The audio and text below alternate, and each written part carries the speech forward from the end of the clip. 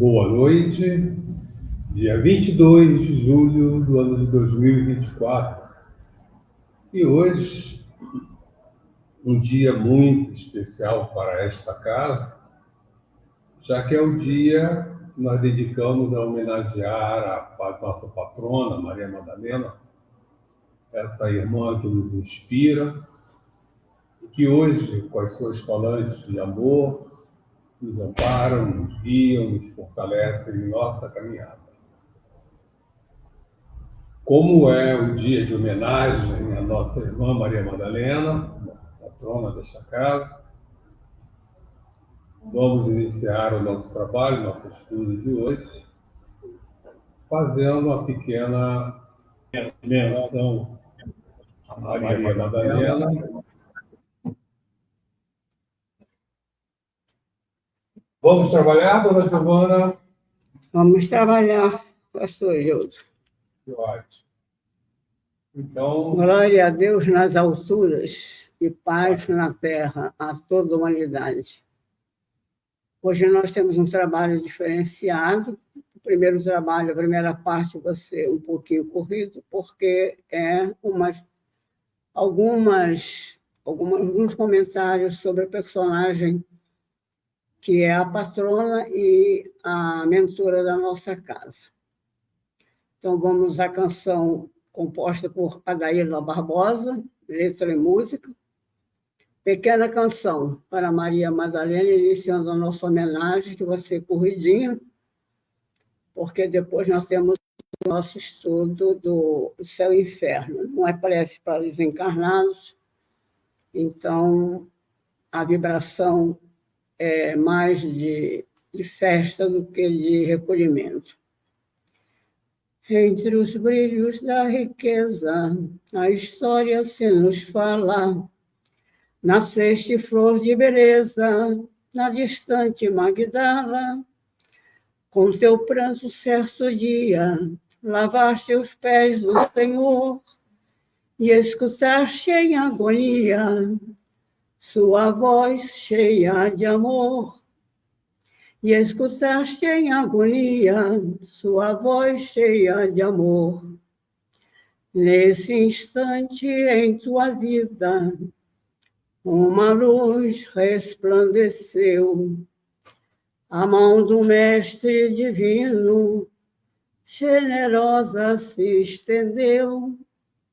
E das trevas do pecado, libertada para a luz, tu surgiste iluminada pelos olhos de Jesus. Ó Maria Madalena, de perdão formosa flor, como tu também seremos dispersados pelo amor. Que assim seja, graças a Deus. Fizemos um pequeno resumo da história de Maria Madalena, que já é o resumo do resumo do resumo. Falar de Maria Madalena em 3 pequenos parágrafos é quase uma irreverência. Era comum, em tempos de festejos, sacerdotes de outros países visitarem o Templo de Jerusalém. Um desses sacerdotes, Tales, o velho egípcio, nunca perdia a oportunidade de vir à Cidade Santa. Esse homem de Deus não se deixava conhecer, não entrava no templo e escondia seus poderes e suas virtudes para melhor ajudar no silêncio e na humildade aqueles que vinham em busca de algo.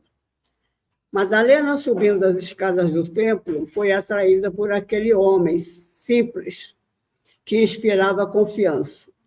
Quis avançar, mas algo a impedira de fazê-lo. Sentiu uma espécie de vertigem sendo amparada por ele. O sacerdote Tales, compreendendo o momento de doação de quem sofre as chagas morais e a fome de algo que desconhece, disse com serenidade: Minha filha, pelo que vejo, aqui estamos para este encontro que sempre tive em mente. E o que posso te dar é a semente de algo que já brotou em mim, pela bondade de outros que já passaram pela terra, e fui agraciado em receber. Conheço a sua fama como mulher de rara beleza e tenho pena por saber os caminhos que percorre. Não quero diminuí-lo, é somente para que saiba com quem você fala. E se sinta à vontade na presença de um homem que nada exige do que você tem para oferecer. Que Deus nos ajude para que seja, minha filha, 2 sentimentos do coração. Procuro cuidar da verdadeira morada do Senhor dentro de mim. Aceito o Deus único que a sua raça adora. Porém, eu trilho outros caminhos. Ele era sacerdote egípcio. Vários deuses. Desejo lhe dizer que já o conheço, por misericórdia da divindade, que um profeta anunciado por seus próprios profetas já se encontra no seio da própria família de Israel.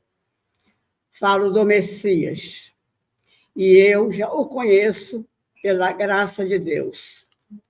Ele traz com abundância o que você procura. Indague onde ele se encontra e fale com ele. Que Deus abençoe. Em poucos minutos de conversa com Thales, Maria mudou e saiu cambaleando escada abaixo. Teve oportunidade de ouvir de longe a palavra do Divino Mestre e sentiu que o Cristo era de fato verdadeiramente maior do que se falava dele. Teve com seus discípulos em Betsaida, sentiu seu olhar profundo e meigo. Partiu um dia decidida para Cafarnaum, sabendo que Jesus estaria em casa de Simão Pedro. Multidões se aglomeravam de criaturas que tinham a mesma sede de Maria, de água viva da vida de amor. Jesus doava e ensinava a todos a conquistá-la. Maria avançou dentre a multidão, adentrou o casebre do pescador e viu 2 grandes olhos a fitá-la serenamente. Ela caiu de joelhos diante do mestre, sem o menor constrangimento. A multidão silenciou pela atenção que era dada pelo Senhor àquela mulher que muitos sabiam de vida na vida. Mas do olhar do mestre eram projetadas 2 faixas de luz, onde o azul de todas as nuances desaparecia, pela pobreza de comparação.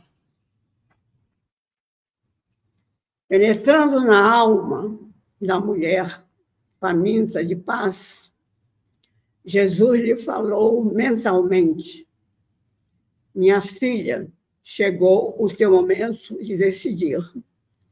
Queremos enviar-te para que possas, nesta hora,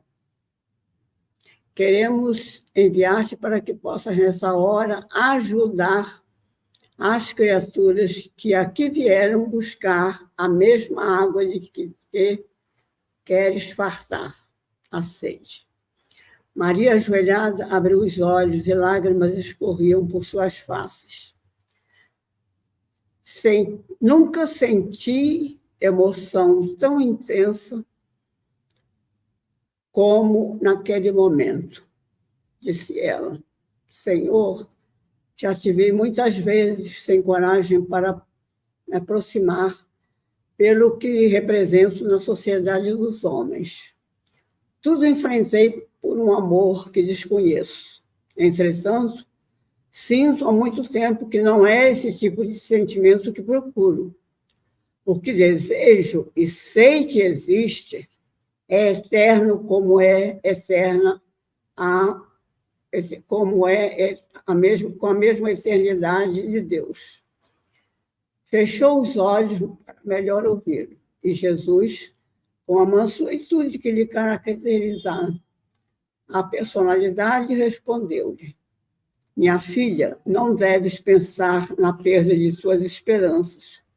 O sol que nos clareia e dá a todos como sendo o olhar de Deus também nos dá vida e faz da terra um celeiro, sem reduções a qualquer morador dessa estância de vida. Desconfiais, deves confiar em Deus sobre todas as coisas, pois a confiança é a semente de luz que sempre nos lega algo de bom, de quem devolve o carinho recebido. Quando encontrares o verdadeiro amor que tanto desejas, e na verdade te digo, eu sou este amor que procuras. Este amor é despido de sentimentos inferiores porque ele é permanente. É permanente porque é universal. É universal porque não violenta. Não exige por estar em plena harmonia com todas as leis do Criador. Eu sou o caminho. Eu sou a verdade. E devo mostrá-lo a todos para que vençam suas próprias deficiências na plenitude da vida. Se queres saber quem eu sou a luz e a paz que não esquece o trabalho honesto de cada dia. O amor puro é uma unidade de sentimentos que se afinizam com a fraternidade universal. Maria, creia acima de tudo na bondade de Deus. Não tenha medo da sociedade. Compadece-te de ti mesmo e confia em teus poderes espirituais, porque todos somos filhos de Deus e do mesmo Pai. Não perca a oportunidade de servir. Quando baterem a sua porta, lembra que o esforço próprio é o seio da verdade.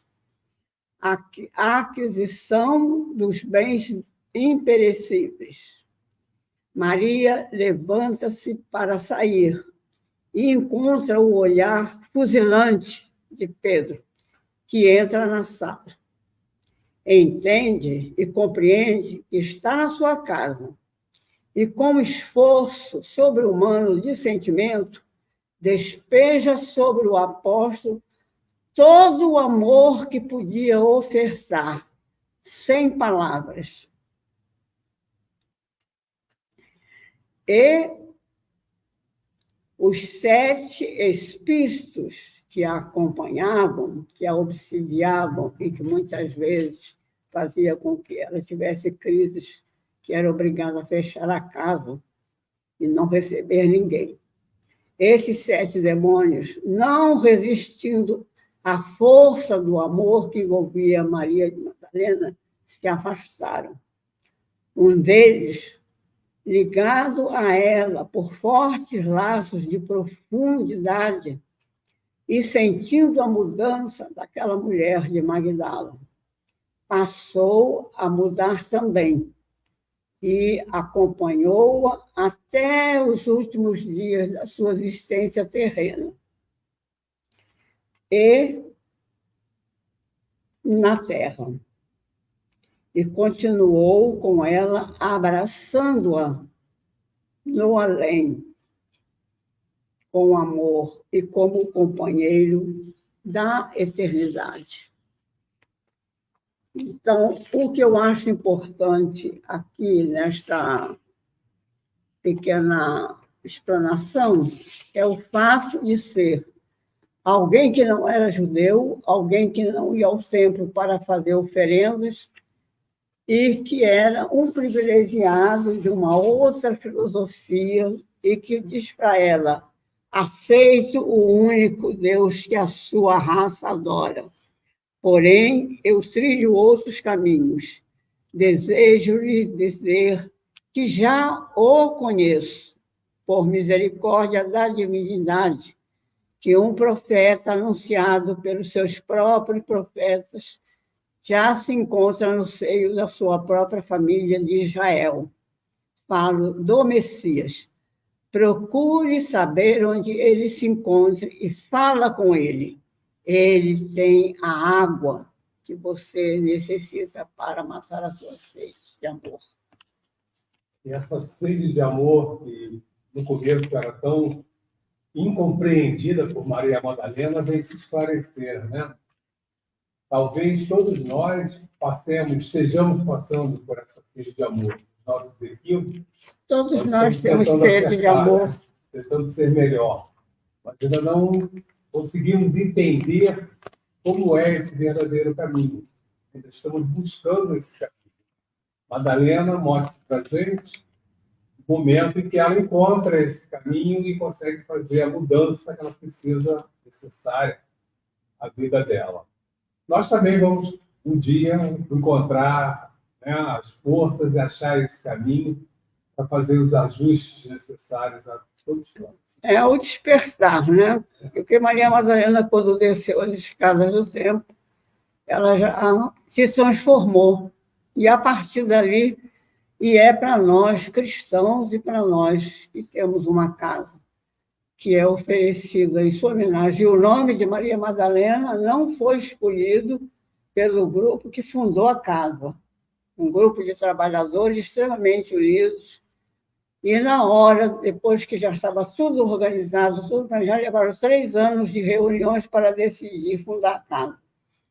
Aí, depois daquele entusiasmo que eles estavam, disse assim, agora só falta uma coisa, decidir qual vai ser o nome desta nova casa.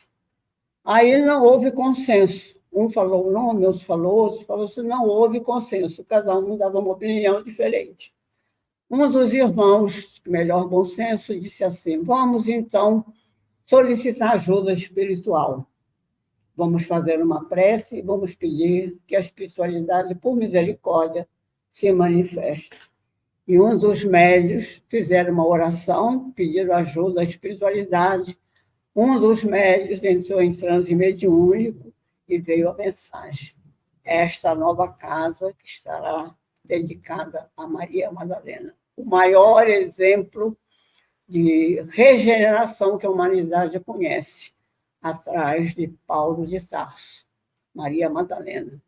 E vários autores e vários livros falam da importância de Maria Madalena no exemplo para nós espíritas, porque Maria Madalena fez uma mudança que ninguém consegue fazer, que leva séculos para fazer. E Maria Madalena tinha bons sentimentos, era piedosa, era uma mulher boa, ela só estava desviada do caminho certo. E Paulo de Tarso era um homem da lei, era um juiz, né? Então, Maria Madalena se violentou muito mais para fazer aquilo, não desmerecendo, porque Paulo de Tarso é para nós um grande exemplo. E nós sabemos, através de outras leituras, da ligação especial que existe nos Evangelhos de João. É um livro que eu estou folheando assim, a ligação de Jesus estreita com Maria Madalena, com João e com Paulo de Tarso. Há vários livros, vários autores falando dessa ligação mais estreita. E Jesus, quando ressuscitou, ele não apareceu a João, não apareceu a mãe dele, ele apareceu a Maria. Isso tem um significado, que também é explicado, né?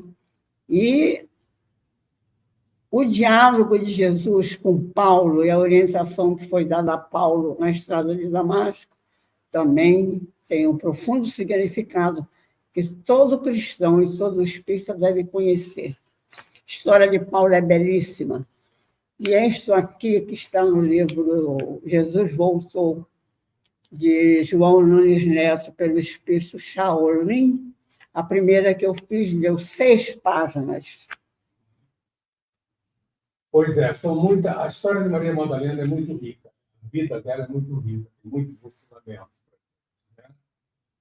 Isso aí, hoje a gente não está dedicando o estudo, o tempo todo de estudo à homenagem, estamos fazendo apenas um lembrete e vamos prosseguir então com o nosso estudo agora do livro Céu e Inferno, segundo a nossa programação. Tá? Então, que a paz de Deus esteja em todos os corações, que as forças divinas de amor e bondade penetrem nossas mentes, dominem nossos pensamentos, que sejamos sempre o amparo e a fortaleza daqueles que nos rodeiam, porque temos fé. Estamos protegidos por Jesus e seus mensageiros estão sempre conosco. Graças a Deus. Do nosso livro Céu e Inferno, de Allan Kardec, o capítulo 11, estamos dando entrada no capítulo 11, parágrafo 1 a 2, talvez até 3, depende. Nome. Da proibição de evocar os mortos. Parágrafo 1.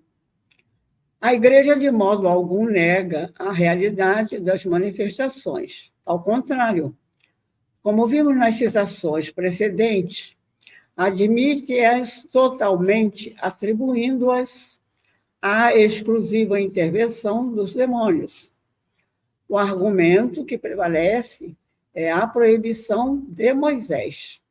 A seguir, damos os termos nos quais se refere o assunto, a mesma pastoral que citamos nos capítulos precedentes. Não é permitido entreter relações com eles, os espíritos, seja diretamente, seja por intermédio dos que os evocam e interrogam. A lei mosaica punia os gentios. Não procureis os mágicos, diz o Levítico, nem procureis saber coisa alguma dos adivinhos, de maneira a vos contaminardes por meio deles. Capítulo 9, versículo 31. Diz o Deuteronômio: nunca exista entre vós quem consulte adivinhos, quem observe sonhos e agouros, quem use de malefício, sortilégios, encantamentos, ou consulte os que têm espírito psônico, espírito de magos. Esse dá a prática de adivinhações e interrogações aos mortos. O Senhor abomina todas essas coisas. Parágrafo 2. É útil para melhor compreensão do verdadeiro sentido das palavras de Moisés, reproduzir o texto um tanto abreviado na citação anterior. Eilo, aspas, não vos desvieis do vosso Deus para procurar mágicos, não consulteis adivinhos, e receai que vos contamineis dirigindo-vos a eles. Eu sou o Senhor vosso Deus. Isso está no Levítico, capítulo 19, versículo 31. O homem ou a mulher que tiver espírito psônico ou de adivinho, morrerá de morte matada. Serão apedrejados, e seu sangue recairá sobre eles. Isso está no Levítico, capítulo 15, versículo 27. Quando houverdes entrado na terra que o Senhor Deus vos há de dar, guardai-vos para não imitar as abominações de tais povos, e que entre vós ninguém haja que pretenda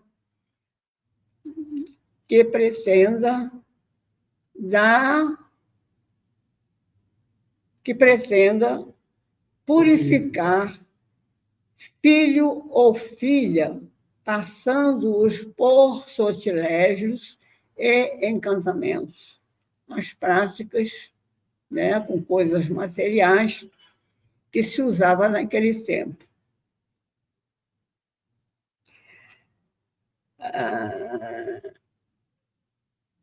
Que consulte os que têm espíritos de Piton, que se propõem a interrogar os mortos para saber a verdade. O Senhor abomina todas essas coisas e exterminará todos esses povos à vossa entrada, por causa dos crimes que têm cometido. Isto está registrado em Deuteronômio, no Antigo Testamento, capítulo 18, versículos 9, 10, 11 e 12. Chega? Não, pode fazer 3. Item 3. Se a lei de Moisés deveria ser tão rigorosamente observada neste ponto, forçoso é que seja igualmente em outros pontos. O legislador hebreu queria que seu povo abandonasse todos os costumes adquiridos no Egito, dos muitos deuses, né? E de muitas práticas exteriores, de doações, inclusive sacrifícios de pessoas, né? Na época dos egípcios.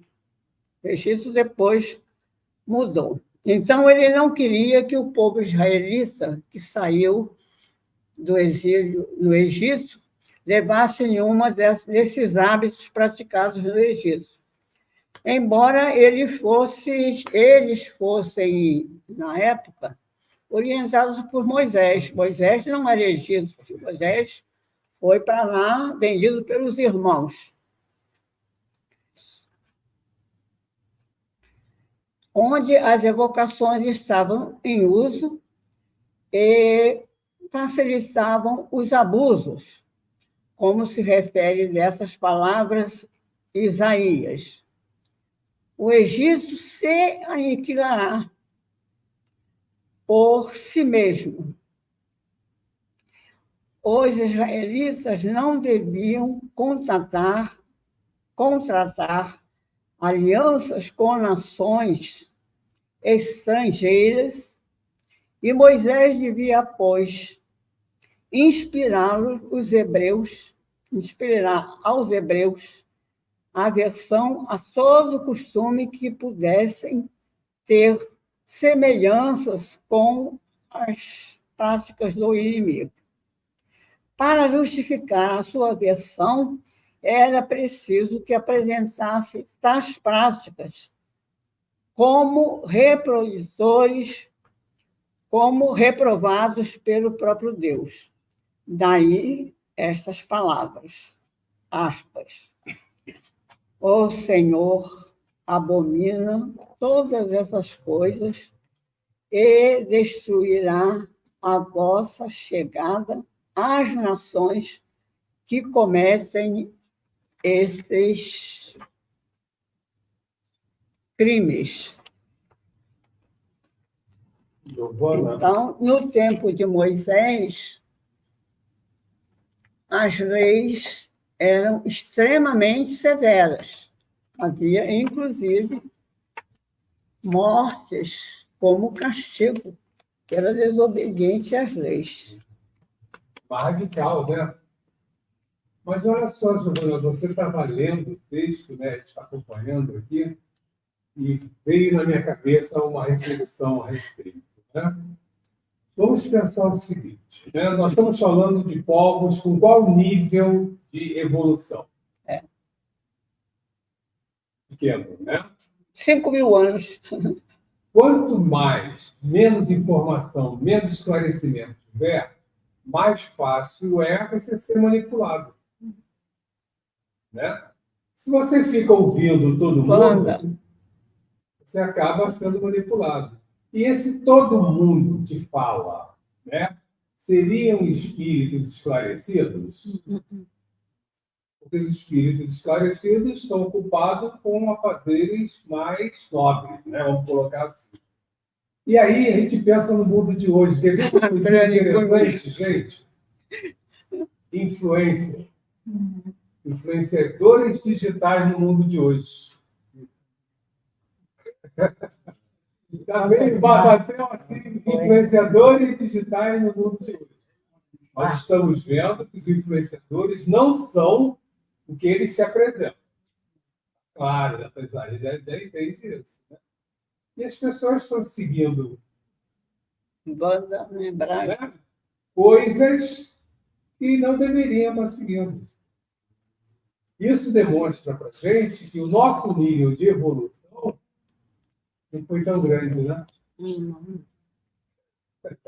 A mesma coisa que foi dita lá atrás para a gente, 2.000 anos, hoje se encaixa perfeitamente se a gente fizer a interpretação adequada, né? Então, não ouvir os mortos significa o quê? Que os mortos nós temos bons espíritos e espíritos também, iguais ou piores do que a gente. E quais se prestam à disposição por causas não nobres. Uma coisa é quando você está no trabalho nobre, a intenção é boa. E aí realmente você atrai bons espíritos. Mas se a gente começa a trabalhar com a função dos próprios interesses, né? Quando é que eu vou ganhar na loteria, esse tipo de coisa, não vão ser bons espíritos que vão chegar para trazer essa informação. Então, foi colocado de uma outra forma, lógico, né? Porque para o nível daquele povo tinha que ser de uma forma mais contundente, mais agressiva, né? Mais firme, como eram as leis de Moisés, né? Como eram as leis dos 10 mandamentos. Moisés não era um espírito de muita elevação, não. Ele era um juiz severo, mas severo no sentido, na severidade dele, era uma severidade de domínio, né? Mas era compatível mas tinha com que aquele ser, tempo, né? Tinha que ser, porque era isso, né? Quando ele desceu do Monte Sinai, ele percebeu o que o povo fez, né? Fez um bezerro de ouro e começou a adorar, que era justamente os costumes que eles queriam abolir. Um parêntese. Quero dar um abraço muito saudoso, muito apertado à minha querida Wanda Brajo. Muita saudade, muito carinho, muito amor. Minha companheira, minha amiga, minha irmã, de longas e longas jornadas. Te amo, te amo, te amo. Tá dado. Tá, foi dado. Na verdade, a gente fica com ciúme, mas tudo bem. A gente sabe que você gosta da gente também. Não tanto assim, mas gosta um pouco. Bom, ótimo, legal. Bom, vamos seguir então com o nosso estudo, seguindo a nossa programação, com o estudo agora do livro dos Espíritos, né? Vamos passar para o livro dos Espíritos. Estamos no capítulo 6, considerações sobre a pluralidade das existências. Nós começamos na semana passada. E nós vimos que essas considerações feitas por Kardec são bastante extensas, ou seja, Kardec entendeu que havia muita coisa para a gente ser esclarecida, para ser colocada para a gente. E aí ele fez.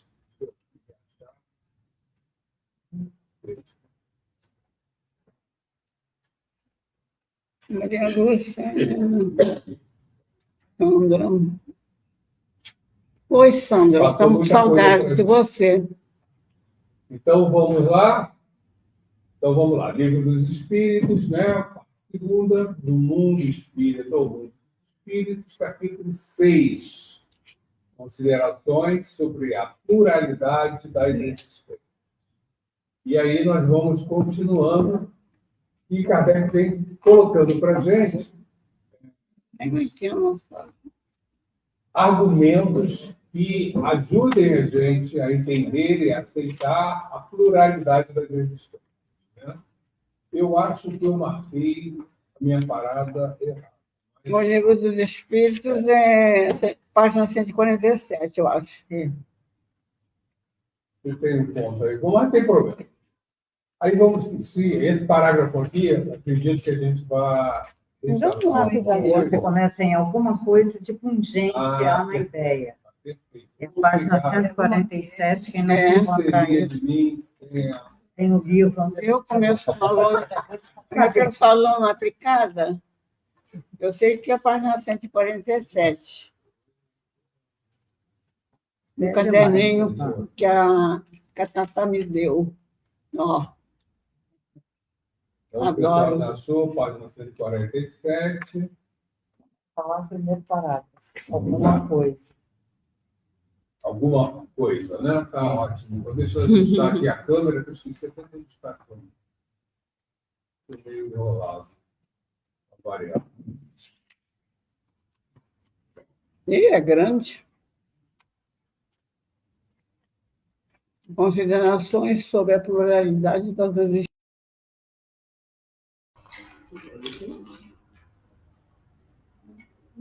Então, vamos lá, nosso texto? Então, nós vamos seguindo, né?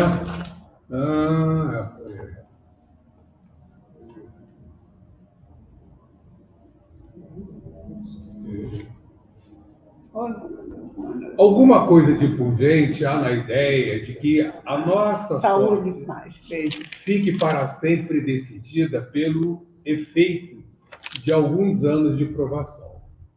Ainda quando que de nós não tenha dependido o atingirmos a perfeição, ao passo que eminentemente consoladora é a ideia oposta, que nos permite a esperança. Assim, sem nos pronunciarmos pró ou contra a pluralidade das existências, sem preferirmos uma hipótese à outra, declaramos que, se aos homens fosse dado escolher, ninguém quereria o julgamento sem apelação. Disse um filósofo que, se Deus não existisse, fora mistério inventá-lo para a felicidade do gênero humano. Outro tanto se poderia dizer sobre a pluralidade das existências. Mas, conforme atrás ponderamos, Deus não nos pede permissão nem consulta os nossos gostos. Ou isto é, ou não é. Vejamos de que lado estão as probabilidades e encaremos de outro ponto de vista o assunto, unicamente como estudo filosófico, sempre abstraindo os ensinos dos espíritos. Se não há reencarnação, só há, evidentemente, uma existência corporal. Se a nossa atual existência corpórea é única, a alma de cada homem foi criada por ocasião do seu nascimento, a menos que se admita a anterioridade da alma, no caso em que se caberia perguntar o que era ela antes do nascimento, e se o estado em que se achava não constituía uma existência sob forma qualquer. Não há meio termo. Ou a alma existia, ou não existia antes do corpo. Se existia, qual a sua situação? Tinha ou não consciência de si mesma? Se não tinha, é quase como se não existisse. Se tinha individualidade, era progressiva ou estacionária? Num e no outro caso, a que grau chegara ao tomar o corpo? Admitindo, de acordo com a crença vulgar, que a alma nasce com o corpo, ou o que vem a ser o mesmo, que antes de encarnar só dispõe de faculdades negativas, perguntamos: primeiro, Porque mostra à alma aptidões tão diversas e independentes das ideias que a educação lhe fez adquirir. Segundo, de onde vem a aptidão extranormal que muitas crianças em tenra idade revelam para esta ou aquela arte, para esta ou aquela ciência, enquanto outras se conservam inferiores ou medíocres durante toda a vida. Terceiro, donde em uns as ideias inatas e intuitivas que noutros não existem. Quarto, donde em certas crianças o instituto precoce que revelam para os vícios ou para as virtudes os sentimentos inatos de dignidade ou de baixeza, contrastando com o meio em que elas nasceram. Quinto, porque, abstraindo-se da educação, uns homens são mais adiantados do que outros. E sexto, porque há selvagens e homens civilizados. Se tomardes um menino ou tentote, recém-nascido, e os educar nos nossos melhores liceus, fareis dele algum dia um Laplace ou um Newton? Então, essa série de perguntas ajuda a gente levantar, né, uma série de questões que ficam sem resposta, a não ser que a gente admita a reencarnação. Né? A gente está vendo aí situações, né? Aptidões na primeira, né? O que mostra aptidões das almas tão diversas e independentes? Por que somos tão diferentes? Nós somos diferentes, né? Pensamos diferente. Por que essas diferenças são tão acentuadas? Né? De onde vem a aptidão extranormal de muitas crianças em tenra idade? Né? Hoje, principalmente, né, no dia de hoje, com a questão, talvez, da facilidade de comunicação, a gente está tomando conhecimento com mais facilidade, nós estamos vendo crianças aí, né, que parece que nasceram há 1000 anos e estão aí vivendo já há 1000 anos, né? Uma capacidade, né, uma visão de mundo com já conhecimentos bastante adiantados, né? Terceiro, ele fala das ideias inatas ou intuitivas, né? Todos nós temos, né? São nossas propensões, são as nossas tendências, as nossas afinidades, né? Tem coisas que a gente... E aí continua, né? O Instituto Precoce, que revela os vícios ou as virtudes. Tem pessoas que... Né? Se nós tivéssemos, todos nós, a alma se apresentasse, né, no momento do nosso nascimento, como é que se desenvolveriam tantas diferenças? Seria muito complicado, né? Porque vamos pensar assim, as pessoas que nasceram no mesmo ano da gente e que fizeram, em termos de mundo, tiveram estímulos parecidos, nunca são iguais, né? E por que nesse caminhar, cada um sai para lados completamente diferentes?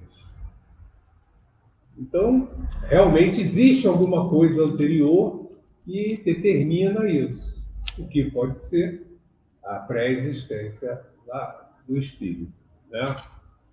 Continua. Qual a filosofia ou a teosofia capaz de resolver esses problemas? É fora de dúvida que ou as almas são iguais ao nascerem, ou são desiguais. Se são iguais, por que entre elas tão grande diversidade de aptidões? Dir-se-á que isso depende do organismo, mas então achamos-nos em presença da mais monstruosa e imoral das doutrinas. O homem seria simples máquina, joguete da matéria, deixaria de ser a responsabilidade de seus atos, pois que poderia atribuir tudo às suas imperfeições físicas. Se almas são desiguais, é que Deus as criou assim. Nesse caso, porém, por que a inata superioridade concedida a algumas? Corresponderá a essa parcialidade à justiça de Deus ou ao amor que ele consagra igualmente a todas as suas criaturas? Nós sabemos que Deus é justo. Então, o amor que ele dedica a um é o mesmo que ele dedica a todos os outros. Então, ele não promoveria diferenças.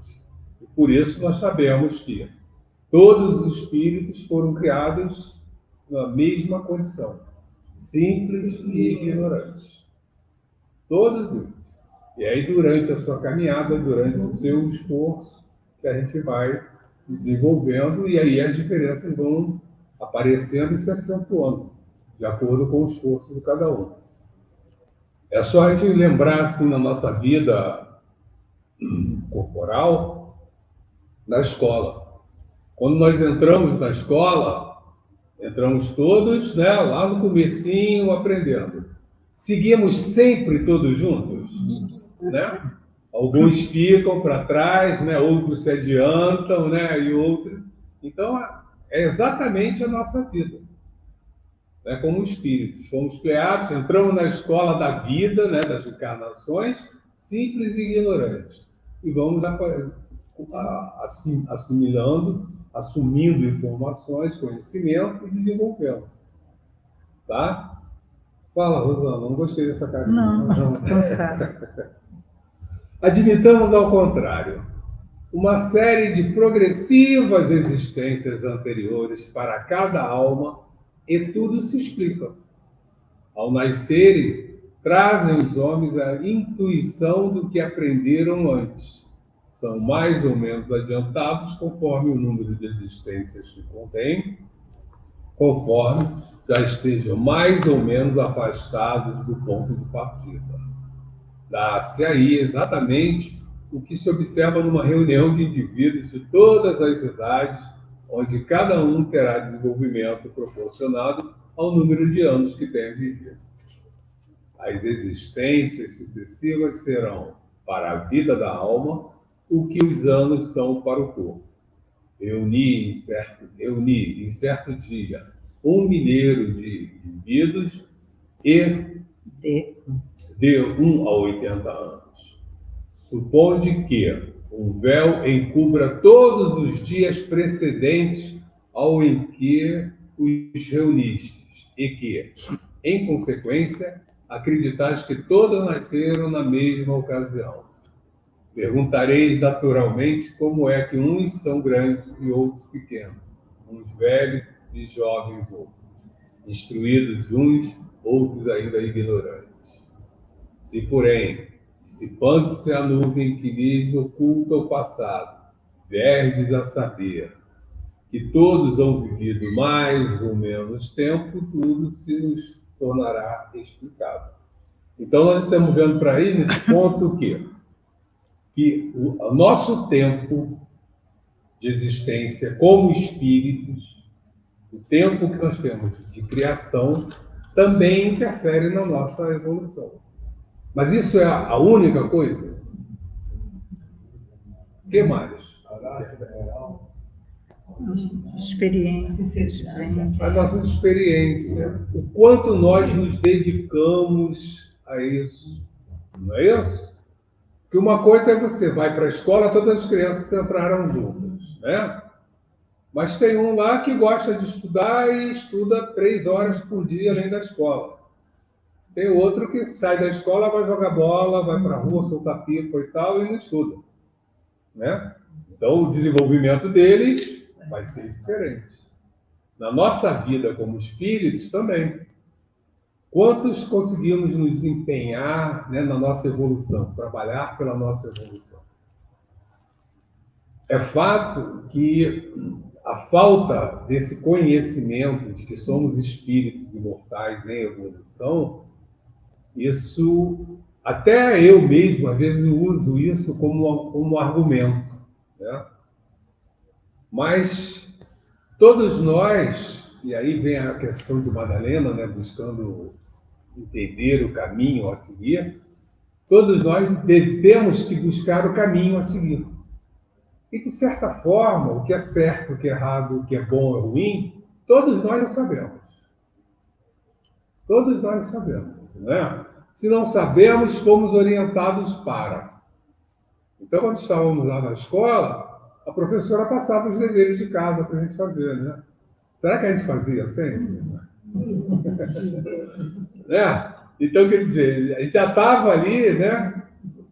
Outros atrativos, como acontece na nossa vida corporal, né? Outras coisas chamavam a nossa atenção e, por um prazer do corpo, nós aceitávamos. Continuamos fazendo a mesma coisa. Continuamos fazendo a mesma coisa. Então, aquela história de, né, o espírito na carne, ele é fraco. Por que ele é fraco?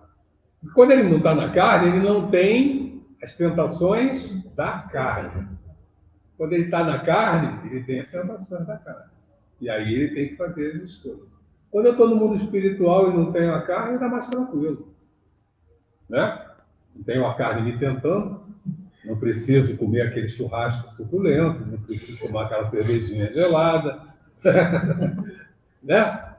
E que são coisas pequenas, né? Que tem outras tentações muito piores. Né? Então fica muito mais fácil. Tá? Então vamos seguindo aqui. É com a pluralidade? Ou não? O se porém. Eu não sou o no se porém, mas acho que já falei. Se porém dissipando-se a nuvem que lhe oculta o passado. Não, isso você já viu, já falei. Deus, em sua justiça, não pode ter criado almas desigualmente perfeitas. Desigualmente perfeitas, né? Com a pluralidade da existência, a desigualdade que notamos nada mais apresenta em oposição à mais rigorosa equidade, e que apenas vemos o presente e não o passado. A este raciocínio serve de base algum sistema, alguma suposição gratuita? Não. Partimos de um fato patente, incontestável, a desigualdade das aptidões do desenvolvimento intelectual e moral, e verificamos que nenhuma das teorias correntes o explica, ao passo que uma outra teoria lhe dá explicação simplesmente natural, simples, natural e lógica. Será racional preferir-se as que não explicam àquela que explica? Racional não é, né? Tem muita gente que até escolhe, mas aí não é seguindo a racionalidade. À vista da sexta interrogação acima, dirão naturalmente que o Hottentote é de raça inferior. Perguntaremos então se o Hottentote é ou não um homem. Se é, por que ele e a sua raça privou Deus dos privilégios concedidos à raça caucásica? Se não é, por quê? Se não é, por que tentar fazê-lo cristão? A doutrina espírita tem mais amplitude do que tudo isto. Segundo ela, não há muitas espécies de homem. Há tão somente cujos espíritos estão mais ou menos atrasados. Porém, todos suscetíveis de progredir. Não é este o princípio mais conforme à justiça de Deus? A questão da justiça de Deus vem por baixo de tudo, né? É fundo de tudo. A gente vai ver que tudo, né, se apoia numa questão de justiça, de equilíbrio, né? Por que uma raça seria inferior? Não é uma raça que é inferior. Aqueles espíritos é que estão num grau de desenvolvimento ainda anterior ao outro. Então, não é uma inferioridade. É aquela questão, né? A criança que está na quinta série é inferior à criança que está no ensino médio? Não, ela não é inferior. As duas são crianças. Estão em estágios de desenvolvimento diferentes. Vimos de apreciar a alma com relação ao seu passado e ao seu presente. Se a considerarmos, tendo em vista o seu futuro, esbarraremos nas mesmas dificuldades. Primeiro, se a nossa existência atual é que só ela decidirá da nossa sorte vindoura, quais, na vida futura, as posições respectivas do selvagem e do homem civilizado. Estarão no mesmo nível ou se acharão distanciados um do outro, no tocante à soma de felicidade eterna que lhes cai? Interessante também a pergunta, né? Porque se for a única existência, essa é a nossa, é ela que vai determinar o futuro, então o que vai acontecer entre o selvagem e o homem civilizado? Pode, porque, né? Se um nessa encarnação está vivendo como selvagem, e a partir daqui agora que ele vai pensar no futuro, vai formar o seu futuro. Então a felicidade vai ser a mesma para os dois? E teria justiça aí? Não. E aí nós estaremos pensando num Deus que não é justo, que é ponto totalmente descartado no nosso pensamento. Segundo, o homem que trabalhou toda a sua vida por melhorar-se virá a ocupar a mesma categoria de outro que se conservou em grau inferior de adiantamento, não por culpa sua, mas porque não teve tempo nem possibilidade de se tornar melhor? Volta à justiça de Deus, né? A cada um de acordo com a sua obra. Terceiro, o que praticou o mal, por não ter podido instruir-se, será culpado de um estado de coisas cuja existência em nada dependeu dele? Então, novamente, a questão da justiça, né? O fundo aí, a base para nosso pensamento é a justiça de Deus. Deus, na sua justiça, na justiça maior, fundamenta tudo para a gente. Quarta, trabalha-se continuamente por esclarecer, moralizar, civilizar os homens. Mas, em contraposição a um que fica esclarecido, milhões de outros morrem todos os dias antes que a luz lhe tenha chegado. Qual a sorte destes últimos? Serão tratados como réprobos? No caso contrário, que fizeram para ocupar categoria idêntica a dos outros? Quinto, que sorte aguarda os que morrem na infância quando ainda não puderam fazer nem o bem nem o mal? Se vão para os meios dos eleitos, por que esse favor, sem que coisa alguma hajam feito para merecer? Em virtude de que privilégio eles se veem isentos das tribulações da vida? Né? Então, a justiça da reencarnação é um ponto primordial para o entendimento das questões da pluralidade das existências. Né? Continua Kardec. Haverá alguma doutrina capaz de resolver esses problemas? Admitam-se as existências consecutivas e tudo se explicará conformemente à justiça de Deus. O que se não pode fazer numa existência, faz-se em outra. Assim é que ninguém escapa à lei do progresso, que cada um será recompensado segundo o seu merecimento real e que ninguém fica excluído da felicidade suprema, a que todos podem aspirar, quaisquer que sejam os obstáculos com que topem no caminho. Deixa eu ver se tem alguma observação. Só cumprimento letras urbanas. Oi? Eu estou olhando aqui. Você está olhando para a minha beleza. Ótimo, então deixa eu tirar esse banner.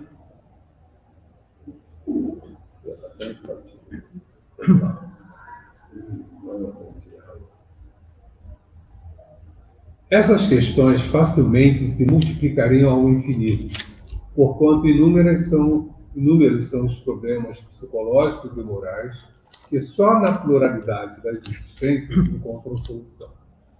Limitamo-nos a formular as de ordem mais geral.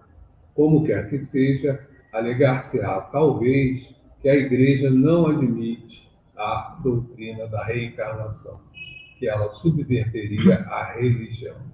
Não temos o intuito de tratar dessa questão neste momento. Basta-nos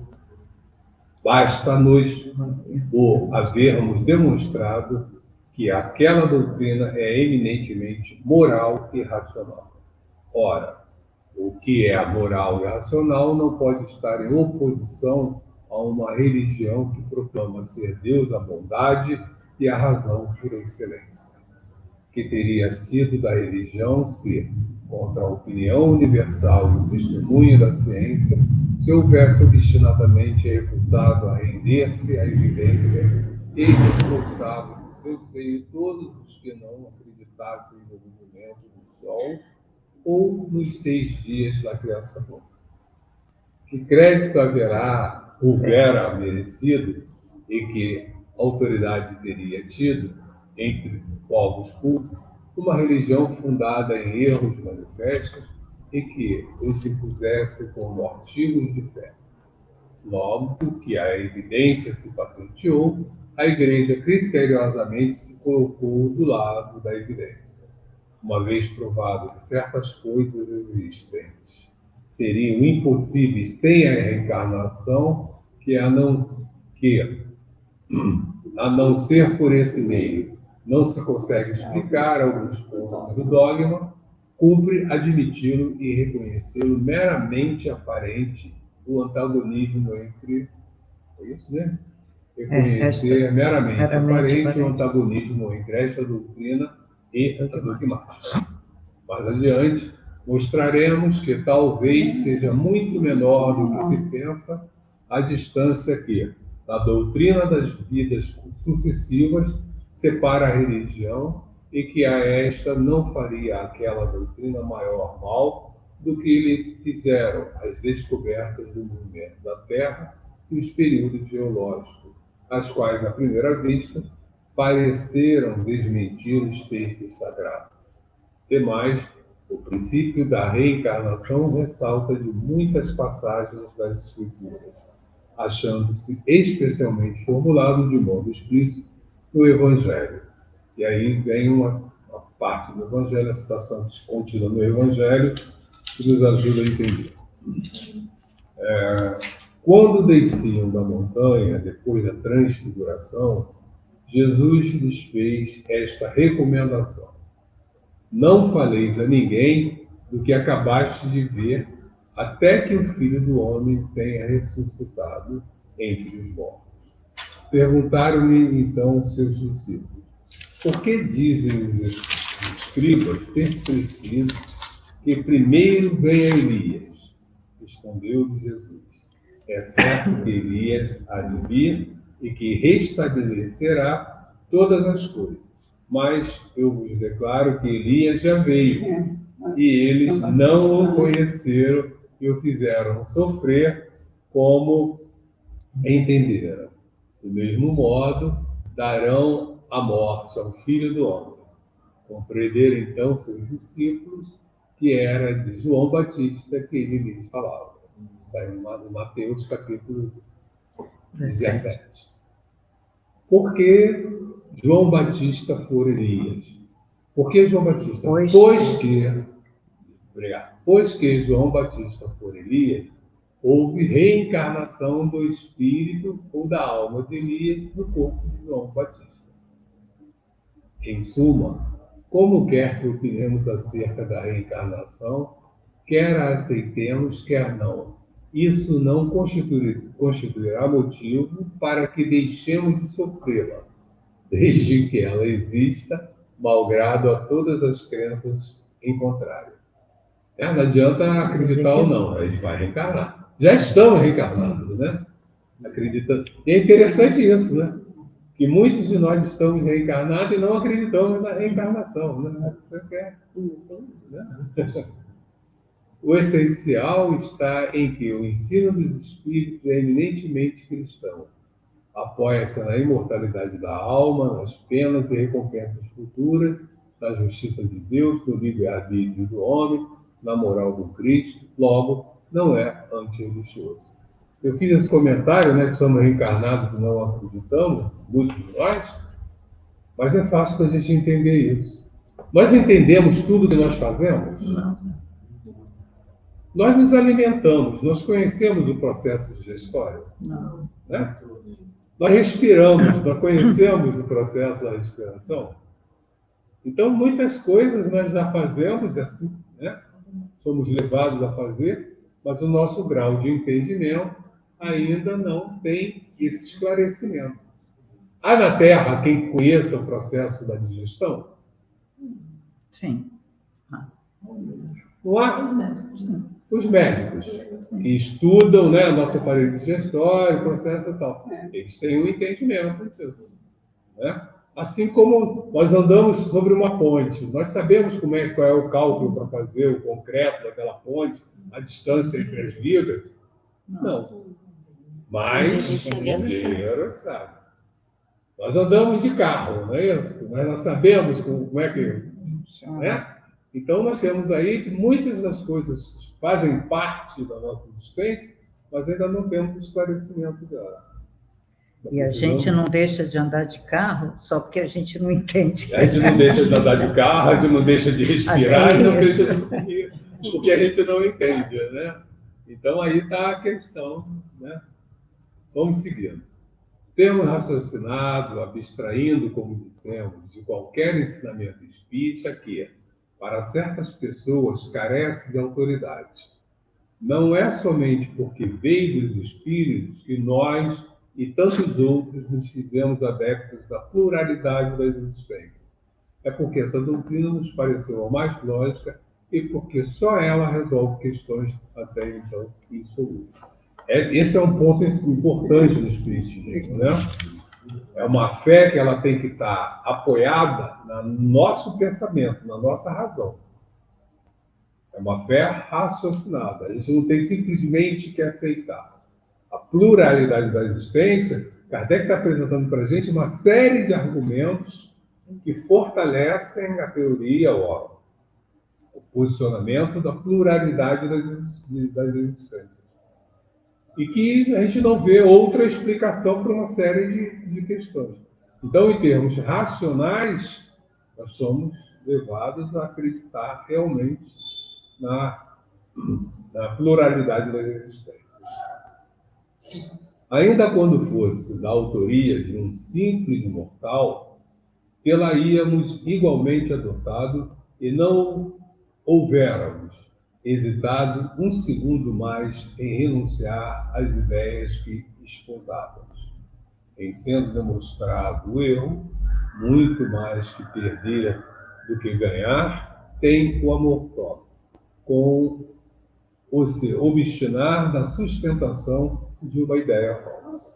Assim também, tê-la-íamos repelido, mesmo que provindo dos espíritos, se nos parecer a contrária à razão, como repelidos muitas outras, pois sabemos por experiência que não se deve aceitar cegamente tudo que venha deles, da mesma forma que não se deve adotar às cegas tudo que proceda dos homens. O mesmo, falamos hoje já sobre isso, né? Aceitar às cegas tudo que chega para a gente, né?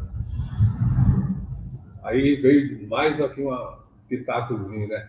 Tem muita gente que adora compartilhar informações que nem sabe, né? Só compartilha sem saber do que se trata. Melhor título que, ao nosso ver, recomenda a ideia da reencarnação é o de ser, antes de tudo, lógica. Outro, no entanto, ela apresenta o de a confirmarem os fatos positivos e por bem dizer materiais, que um estudo atento e criterioso revela a quem se dê ao trabalho de observar com paciência. Coitado Esse é que eu pego. O pior que ele foi e mudou, viu? O mouse não só caiu, como foi rolando. Voou. Eu ouvi perfeitamente. Alguém não gostou do texto aí e jogou o mouse longe. Entendi agora. O que o mouse pulou. Ali, nós estamos? Ah, não, vamos para a próxima.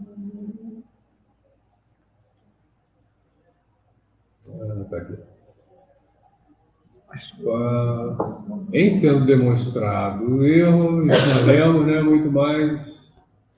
Já estava na 153. Outro, então, também. Estava na 153. Acreditar cegamente em tudo que venha dele, da mesma forma que se não deve adotar as cegas tudo o que proceda dos homens. Falávamos sobre isso hoje. O melhor título que, ao nosso ver, recomenda a ideia da reencarnação é o de ser, antes de tudo, lógica. Outro, no entanto, ela apresenta o de confirmar os fatos positivos, por bem dizer, materiais, que um estudo atento e criterioso revela a quem seria o trabalho de observar com paciência e perseverança, e diante dos quais não há mais lugar para dúvida. Quando esses fatos se houverem vulgarizados, como os da formação e do movimento da Terra, forçoso será que todos se rendam à evidência e os que se lhes colocarem em oposição ver-se-ão constrangidos a desdizer-se. Né? A verdade a gente custa, né? Leva um tempo até que a gente compreenda ela. Né? Então a gente tem uma certa resistência a aceitar, né, o conhecimento. É a mesma coisa que, né, o homem foi à Lua, a Terra não é... A gente acreditava que a Terra era plana, né? Depois descobriu que não era. Então, o conhecimento leva um tempo. E aí está a nossa questão, a nossa evolução. Reconheçamos, portanto, em resumo, que só a doutrina da pluralidade das existências explica o que, sem ela, se mantém inexplicável, né? que é altamente consoladora e conforme a mais rigorosa justiça, que constitui para o homem a âncora de salvação que Deus, por misericórdia, lhe concedeu. As próprias palavras de Jesus não permitem dúvida a tal respeito. Eis o que se lê no Evangelho de São João, capítulo 3. 3. Respondendo a Nicodemos, disse Jesus: em verdade te digo que se o homem não nascer de novo, não poderá ver o reino de Deus. O que significa isso? O que é o nascer de novo? Reencarnar. Né? Por que se ele não reencarnar, ele não vai poder ver o reino de Deus? O que será o reino de Deus? É o reino de luz, é o reino evoluído. Não é isso? Ele só vai lá como espírito. Então a gente, como espírito, mas o espírito, a gente vai aonde o nosso nível de evolução permite. Se a gente não evoluiu, a gente vai ficar naquele nível. E o reino de Deus está naquele nível ou está no lado de cima? Então, para a gente chegar lá em cima, a gente vai precisar de nascer de novo, para poder ir evoluindo. Oi? Está precisando de muita reencarnação. Muita. Haja reencarnações. Né? 4. Disse-lhe Nicodemos: como pode um homem nascer já estando velho? Pode tornar ao ventre de sua mãe para nascer segunda vez? E aí está pensando no aspecto só material. Né? Respondeu Jesus: em verdade te digo que, se um homem não renascer da água e do Espírito, não poderá entrar no reino de Deus. O que é nascido da carne é carne, e o que é nascido do Espírito é Espírito. Não te admires de que eu te tenha dito: é necessário que torneis a nascer. Então, ressurreição e carne, lá no livro 110. E aí, terminamos este capítulo. No próximo encontro, começaremos o capítulo 6 da vida espírita. E também, essa parte do livro é muito legal, muito esclarecedora. Vamos falar de espíritos errantes, vamos abordar, né? Mundos transitórios, percepções, sensações e sofrimentos dos espíritos, um ensaio teórico da sensação nos espíritos, escolha das provas, as relações do além-túmulo, relações de simpatia e de antipatia entre espíritos, recordação da existência corpórea, comemoração dos mortos, funerais e espíritos errantes. Capítulo interessante também para a gente. E aí, sobre as considerações sobre a pluralidade da existência. Fica alguma dúvida para a gente? Tem alguma pergunta que alguém tenha que a gente possa conversar a respeito? Legal, seria bom, né, que a gente tivesse algum ponto que a gente pudesse voltar a ele para conversarmos um pouquinho. É importante a gente lembrar a questão do pano de fundo para a gente, vamos colocar assim, né? Justiça divina e lógica.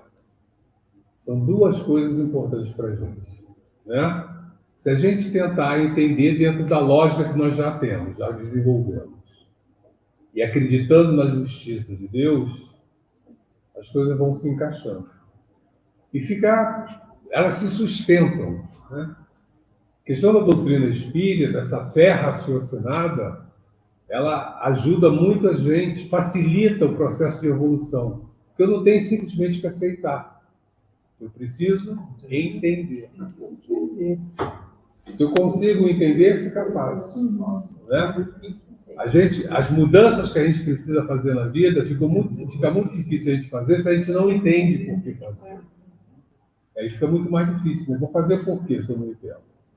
Então, entendendo, fica mais fácil para a gente fazer essa mudança.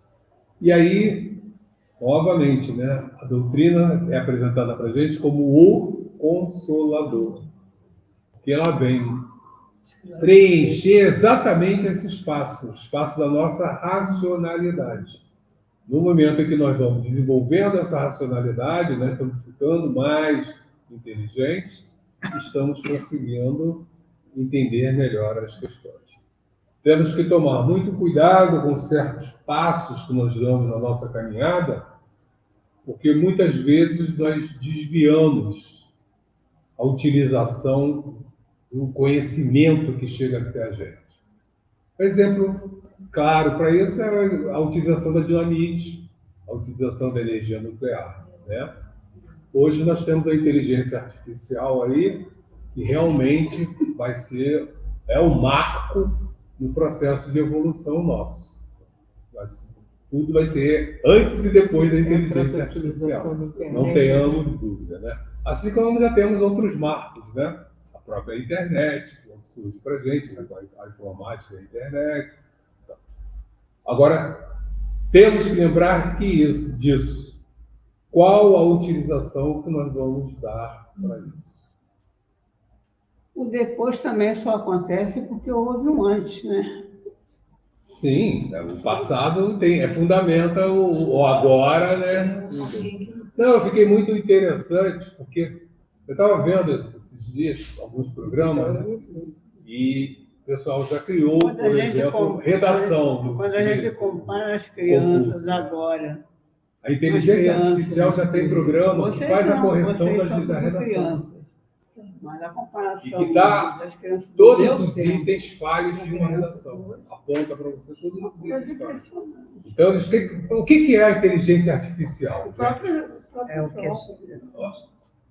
Imagina assim, tudo é cópia do nosso cérebro. O tempo está acelerado. A diferença é assim, aqui. Não é impressão. No nosso cérebro, nós temos 1 milhão de informações que estão soltas. Não é impressão nossa. Elas não estão ligadas. Mesmo, né? E a nossa linha de pensamento, ela capta informações de várias fontes ao mesmo tempo. Então, ao mesmo tempo que eu estou ouvindo, eu estou vendo, eu estou sentindo, e meu cérebro ainda está pensando em outras coisas. Nisso, o que acontece? Eu me perco no caminho, eu me desvio. O computador não se desvia. Ele segue uma única linha de pensamento. E o que está sendo feito hoje? Está se alimentando os computadores com uma quantidade absurda de informações. Então, qualquer pergunta que você faça, ele vai buscar quais são as ligações daquelas informações que ele tem. E aí ele traz. Só que ele não se perde, ele não pensa em outra coisa. E só pensa no que você perguntou. Ele só pensa no que você perguntou. Né? Ele não está vendo mais nada, não está ouvindo mais nada, não está sentindo mais nada. Então ele vai. E a velocidade de processamento dele, que também é grande. Então ele consegue fazer isso, é a inteligência artificial. Né? Um dos problemas que a gente está vendo no momento é uma briga aí com grandes produtores de mídias sociais, né? Que estavam coletando informações. Tudo que a gente digitava, eles utilizavam para alimentar essas informações dessas inteligências artificiais. Então, quer dizer, a inteligência estava sendo enriquecida às nossas custas, com as nossas informações, sem a nossa autorização, já por cima, né? Então, aí a questão da utilização, né? Como é que nós vamos, até que ponto nós vamos respeitar? Se houvesse uma questão só, respeito ao outro, não se faria isso. Né? A informação é tua, eu não tenho direito, né? A conversa é tua privacidade, eu não tenho direito de estar explorando isso. Então, só é uma questão. Então, a gente tem que ver que os valores morais, eles precisam ser enaltecidos, retomados na nossa sociedade. Se a gente não ajustar os valores morais, a humanidade caminha numa direção muito ruim. Né? Porque sem esses valores, a gente um engana o outro, vem a falsidade, vem os interesses, o egoísmo, vem tudo, e aí a gente vai acabar se perdendo. Estamos vendo aí guerras acontecendo que a gente não consegue entender, né? Tanta destruição de vidas, né? E de matéria, de espaço, de coisas, não faz o menor sentido. Mas, enfim, é o que nós precisamos, é o mundo que nós temos, e assim nós vamos seguir. Hoje nós vamos cantar, agradecendo ao Pai esse momento. Eu gostaria antes de fazer uma prece à nossa irmã Maria Madalena hoje. Depois nós podemos até cantar. Mas antes, deixe-me aqui encontrar a prece.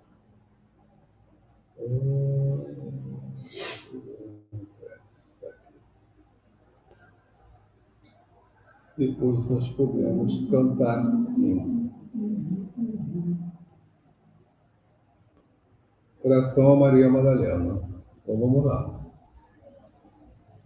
Maria Madalena, Senhora da Transformação, serva de nosso Senhor Jesus Cristo, que acompanhou o nosso Mestre até a cruz, dando seu carinho e amor à prova de sua eterna lealdade a tudo que emana da luz de Deus nosso Pai. Pedimos perante vós piedade, amparo, perdão e o caminho que, com nossas imperfeições e muitas vezes desatinos, fracassamos na jornada.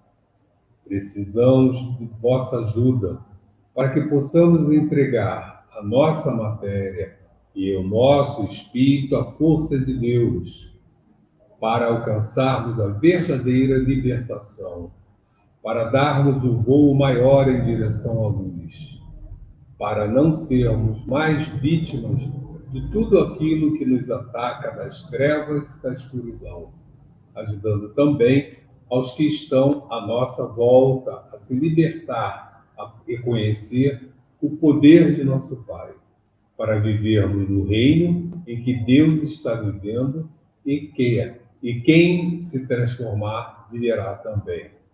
De joelho aos vossos pés, entregamos o nosso coração para limpá-lo de todo ódio, de toda inveja, toda mágoa, de todo ressentimento, de toda falsidade, de toda maldade, de toda ilusão, e assim nova vida começarmos no caminho do amor, da fé, da justiça, da lealdade, da honestidade, semeando à nossa volta as boas ações e a ajuda sincera dos nossos irmãos. Somos vossos servos, a vossa vontade e a nossa vontade, e assim seremos um só em Cristo e em Deus, nosso Pai. Que assim seja. Graças a Deus. Eu me enganei na hora que falei na relação estreita de Jesus com Maria Madalena. Eu falei Maria Madalena, João e Paulo, não é? Maria Madalena, João e Pedro. Ah, tá. A Giovana, aqui, legal que ela ainda lembra que...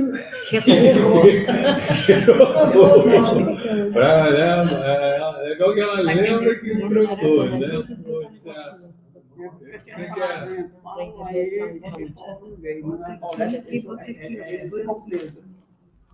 Tá certo. Sim, senhora. Né? Então, vamos agradecer ao nosso Pai por esses momentos, por contarmos, né, com a Giovana aqui ao nosso lado, nos ajudando, nos iluminando também, para que possamos buscar a luz, nos aproximando dela através do esclarecimento. Agradecemos, Senhor, Senhor, Estes momentos de paz, nós te sentimos aqui, em vibrações fraternais. Na estrada da vida, conduz-nos ao bem, na alegria e na dor. Seja o amor nossa bandeira de luz, amado Mestre Jesus, Jesus, seja o amor, nossa bandeira de luz, amado Mestre Jesus.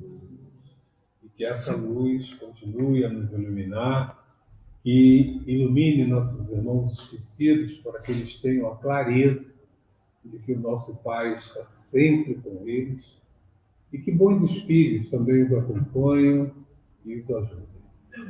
Quanta luz neste ambiente, descendo sobre nós, vibrando em nossa mente. Quanta luz, quando assim em prece, como a alma cresce aos olhos de Jesus. Quanta luz, pois em oração a voz do Mestre fala ao nosso coração. Quanta luz descendo sobre nós, quanta luz, quanta luz. Uma boa noite para todos, e na próxima segunda-feira estaremos aqui com a nossa prece para os irmãos desencarnados e estudo do livro dos Espíritos. Uma boa noite para todos. Gente, uma boa semana. Tchau, Leandro.